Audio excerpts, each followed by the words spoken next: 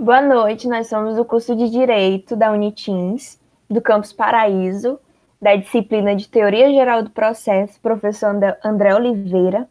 Ficamos com os princípios, princípio da economia processual, princípio da persuasão racional do juiz, princípio da verdade real e princípio da oralidade.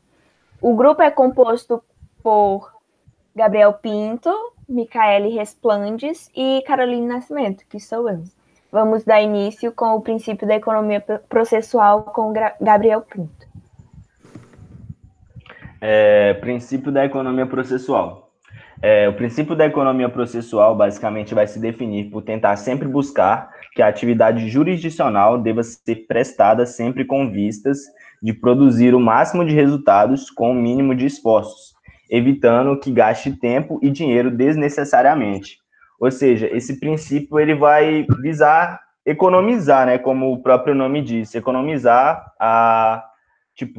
nos processos, né, evitando esse tipo de gasto. E ele vai ter como exemplo esse princípio vai ter como exemplo o aproveitamento de perícia, que basicamente é o fato de vítimas de um mesmo acidente poderem aproveitar uma mesma perícia, que foi feita eventualmente em outro processo. Se o direito material for o mesmo, não tem o porquê não aproveitar este ato que já foi praticado.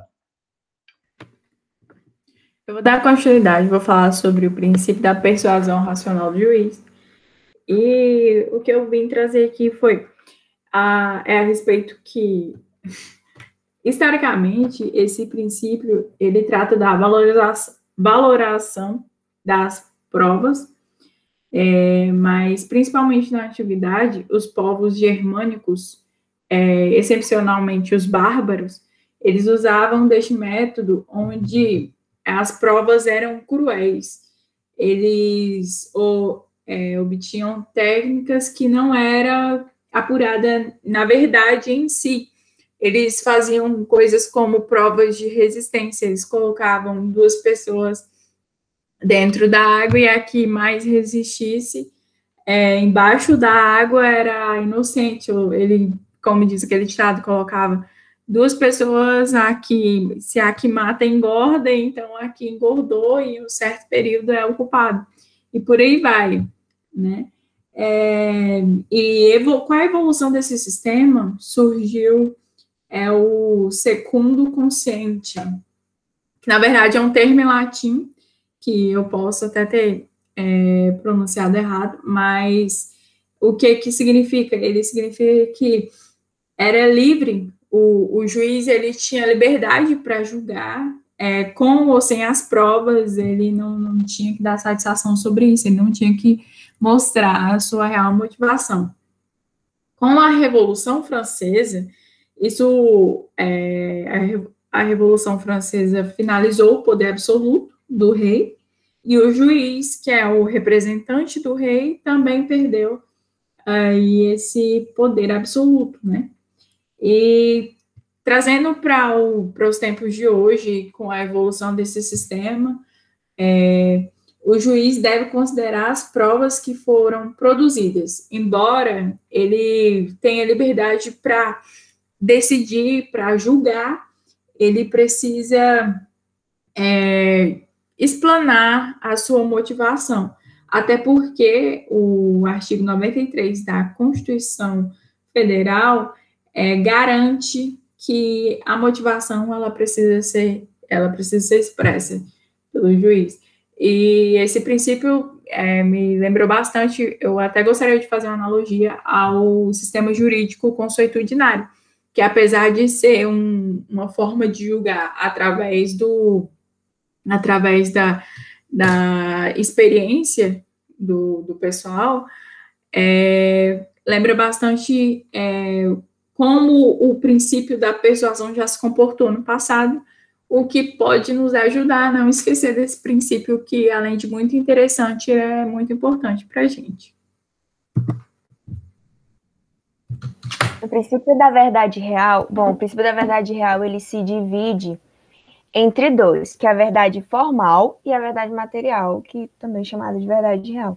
Na verdade formal, ela é aquela trazida nos autos pelas partes que compõem o processo. Ou seja, enquanto a verdade real... Não, desculpa, perdão, voltando. A verdade formal, ela é aquela que, quando você entra com a petição, você coloca a sua verdade dos fatos lá na petição e ela vai ser encaminhada para o juiz. Esse princípio da verdade real, ele assegura que o juiz ele não deverá se satisfazer com as meras deduções, que a verdade formal, o juiz não pode se contentar simplesmente com o que ele viu lá na petição inicial, que ele viu lá nos fatos. Ele precisa chegar o mais perto possível da verdade dos fatos, daquilo que realmente aconteceu. E para que isso possa chegar em uma decisão justa, que é por meio da verdade material, ou também a verdade real, que é a busca que pode ser feita de ofício pelo juiz da demanda. Na verdade, nele, o juiz pode fazer de ofício na obtenção de provas a fim de chegar o mais perto possível da verdade dos fatos, daquilo que realmente aconteceu, para que nisso o juiz possa ter uma decisão justa, que é no caso quando o juiz ele pede as provas, né? Quando o juiz pede para que as partes provem tudo aquilo que eles colocaram lá nos fatos, né, na petição inicial. Então, a partir dali, vai se observar o caso e vai ter uma decisão justa. Para que o juiz ele possa atingir essa verdade real, ele se limita apenas na obtenção de provas lícitas, ou seja, qualquer prova que o juiz vá buscar para convencimento acerca da verdade dos fatos, ela só poderá ser obtida por meio de provas lícitas. No Código de Processo Penal, as provas lícitas, ela é o exame de corpo de delito e das perícias em geral, nos artigos 158 a 184, o interrogatório do acusado, nos artigos 185 a 196, a confissão, nos artigos 197 a 200, as perguntas ao ofendido, nos artigos 201, as testemunhas, nos artigos 202 a 225, o reconhecimento de pessoas ou coisas, nos artigos 226 a 228, na acareação, nos artigos 229 a 230, os documentos, nos artigos 231 a 238, os indícios, nos artigos 239, e a busca e apreensão, nos artigos 240 a 250. E no Código Civil, de Processo Civil, ele se trata primeiramente das disposições gerais, nos artigos 332 a 341, do depoimento pessoal, nos artigos 342 a 347, da confissão, nos artigos 348 a 354, da exibição de documento ou coisa, artigos 355 a 363, da prova documental, nos artigos 364 a 399, da prova testemunhal, nos artigos 400 a 419, da prova pericial, nos artigos 420 a 439, e da inspeção judicial, nos artigos 440 a 443. O princípio da oralidade significa que os atos processuais do processo penal devem ser praticados oralmente na presença dos participantes processuais, em especial no que respeita à produção de prova em sede de audiência, de discussão e julgamento, tornando aí o princípio da oralidade vital e muito importante para o processo jurídico. Vamos apresentar agora as 4 características que esse princípio possui. Primeiro, com a identidade física do juiz. Essa característica deve ser observada com muita prudência, porque o juiz que instrui o processo, ele deverá ele que deverá proferir a sentença, porque foi esse juiz que teve contato direto com as partes e com as provas. E ele terá muito mais capacidade para julgar o processo, a não ser que esse juiz tenha sido afastado por licença ou por férias, ou, sei lá, foi transferido de comarca.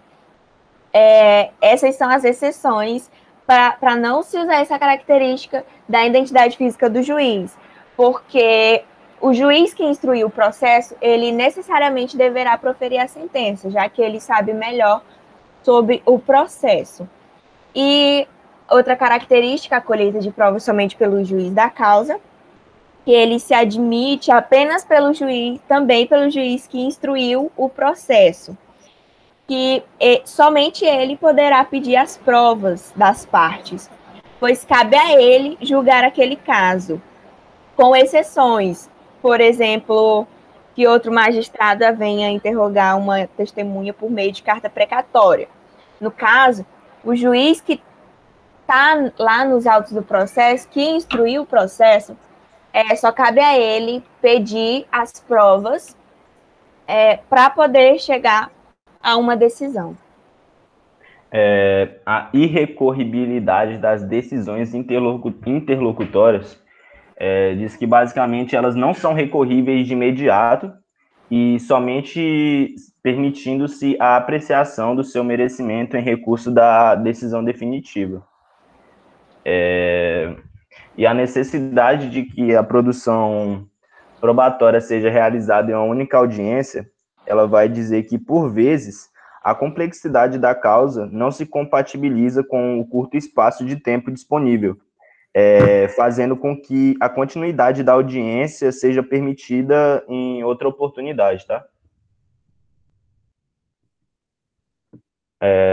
Portanto, conclui-se que o princípio da economia processual basicamente vai ser produzir o máximo e ter um gasto bem baixo. Basicamente isso. Quanto ao princípio da persuasão racional do juiz, a maior preocupação do jurista seria a robotização do juiz, mas isso não tem pretensão de acontecer, visto que o ser humano ele é falho e o juiz também está aí correndo o risco de errar, o que é natural, mas não porque deve ser engessado o pensamento, esse tipo de pensamento. Sabendo que, mesmo que haja esses erros, essas eventuais falhas, existem correções jurídicas claras e cabíveis a cada um desses casos. Concluindo o princípio da verdade real, mesmo inexistindo um mecanismo de evidência absoluta em face dos métodos de persuasão utilizados, ele se torna o elemento capital que o direito almeja. Por isso, a ciência do direito elegeu a verdade como um princípio, ou seja, como uma base ideológica a mover o processo rumo a uma decisão judicial, porque a verdade dos fatos, o juiz não pode se conter apenas com o que as partes está propondo, está falando para ele. Então, ele precisa buscar a verdade real, ele precisa saber qual é realmente a verdade. Então, conclui esse princípio. O princípio da oralidade certamente permanecerá inserido no âmbito processual, já que a oralidade é a forma mais antiga e simples de estabelecer a comunicação entre as pessoas, configurando aí a importância dessa arma para a solução de conflitos sociais. E finalizamos. Boa noite, muito obrigada pela atenção.